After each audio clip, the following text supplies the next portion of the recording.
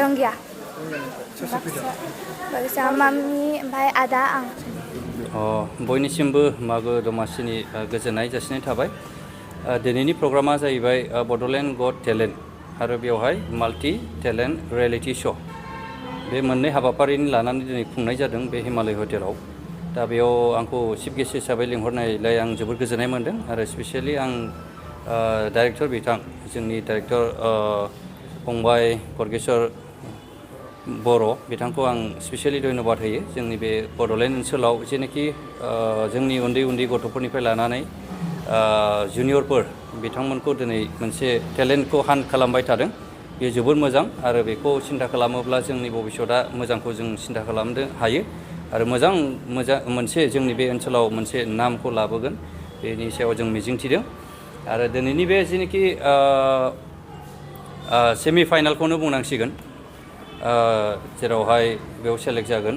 आंबो नायबाय गोबां मानसिफ्रा दिनै गोबां टेलेन्टजों दिनै श' खालामदों।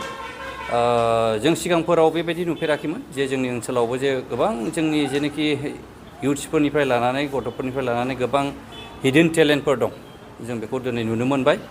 निस्सय आं आसा खालामदों भबिष्यतआ मोजां जालांगोन बिथांमोननिया आरो जों मोजां परिबेस जोङो सानसे समाव बिथांमोननि मोनसे पपुलार जोंनि ओनसोलाव जाफुंसारनायखौ आसा खालामनो थिनाय थादों। गिबियावनो साफ्रोमबो रायजो राजा बिथांमोननिसिम आं बे मिडियानि गेजेरजों गोदान बोसोर 2023नि बे गोथार बे बोसोरखौ आं साबायखर लानानै जे साफ्रोमबो साबायखर बावनाय आरो मोनसे बरायनायखौ आं बावहरो जे जोंहा दिनैहाय बड'लेण्ड गट टेलेन्टनि एलिमिनेशन राउन्ड आरो गाबोनहाय सेमि फाइनाल। दा जोंहा बेयाव 15 जनसो दाब दाब जायगानि 15थासो मतलब डिस्ट्रिक्टनिफ्राय गोबां 100 मतलब 10 जन जायफोर बाहागोदारिफोर बिथांमोना मोसानाय मेथाइ खननाय दामनाय देनाय ड्रामा दिन्थिनाय आरो बिट बक्सिं जायखौ होननानै बुङो खुगाजों थारमाने मिउजिक दिन्थिनाय आरो बायदि रोखोमनि टेलेन्टखौ जों बेयाव नुनो मोन्दों बड'लेण्ड गट टेलेन्टआव। दा जोंहा मेगा राउन्ड जोबनायनि उनाव दिनैहाय एलिमिनेशन आरो सेमि फाइनाल जोंहा हिमालय हटेलाव जेराव जानो हादों आरो जोंहा बे एलिमिनेशन आरो सेमि फाइनाल जोबनायनि उनाव जोंहा ग्रेन्ड फाइनाल जागोन जेराव बेखौ जों धुमधामैनो खुंगोन। फैबाय थानाय समाव ग्रेन्ड फाइनालखौ गोगोमथारैनो साफ्रोमबो रायजो राजाखौ आं खावलायनो लुगैयो बेयाव बाहागो ला ग्रेन्ड फाइनालाव नायफै जों खावलायगोन साफ्रोमखौबो। दा दिनैनि जे एलिमिनेशन राउन्डआव बेखेवगिरि हिसाबै गाहाय आलासि हिसाबै नुजाफैनो हादों जोंहा सायखं बसुमतारी आरो बिथां मानगोनां MCLA बिथाङा जायखौ होनना बुङो बि सावरायग्रा जोंहा सार बिथांखौ आं साबायखर बावदों गिबियावनो। आरो लोगोसे नुजाफैनो हादों रादाबनि गाहाय सुजुगिरि बारग' सुजुगिरि आरो बड'लेण्ड रादाबखौ दैदेनगिरि मैखोम बसुमतारी बिथां आरो गोबां आलासि नुजाफैदों।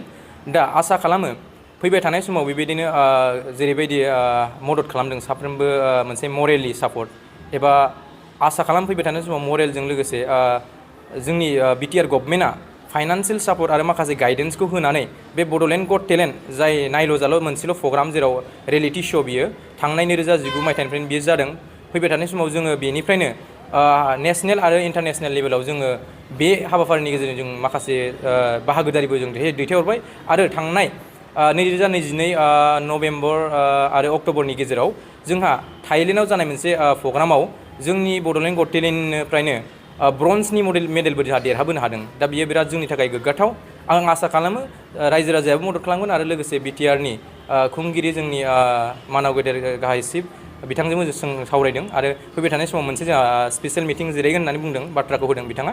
दा जों आसा खालामो बियो मोनसे साक्सेसफुल प्रग्राम जागोन होननानै आरो फैबाय थानाय समाव बियो थांबाय थानाय मोनसे गोलाव समसिम बियो मोनसे हिउमेन रिसर्स प्रडाक्ट खालामगोन होननानै गोजोन्थों। फाइनाला माब्ला जागोन? फाइनाला जागोन जोंना जेराव दा फेब्रुवारिनिफ्राय लानानै मार्च मासनि गेजेराव मोनसे HSLC आरो HS एग्जाम दङ जेराव जायफोर बाहागोदारिफोरा बेयाव बाहागो लादों आरो बिनि थाखायनो जों सानदोंमोन मार्चआवनो खालामनो नामा फार्स्ट उइकआव फेब्रुवारियावनो खालामनो नामा बिदि मोनसे सावरायदोंमोन। नाथाय जों सानबाय दा मार्च मासनि लास्ट उइकआव नङाबा एप्रिल दाननि फार्स्ट उइकआव जोङो ग्रेन्ड फाइनालखौ साखाफारा खालामनो मोनसे थांखि लादों। बहुत दूर से आया हूँ मैं सिलावथर से हूँ। मुझे इतना एक्सपेक्टेशन नहीं था कि मतलब इतना अच्छा रियलिटी शो जाएगा बोल के। मतलब अभी तो एलिमिनेशन राउंड चल रहा है मेरा तो अभी हमने गाया नहीं अभी तक बट बहुत ही अच्छा एक से बढ़ के एक कॉन्टेस्टेंट है बहुत ही अच्छा कर रहे हैं वो लोग। तो हम कोशिश कर रहे हैं कि मतलब एलिमिनेशन राउंड पे हम क्रश करें उसके बाद देखते हैं क्या होता है। बहुत ही अच्छा लग रहा है। Thank you so much.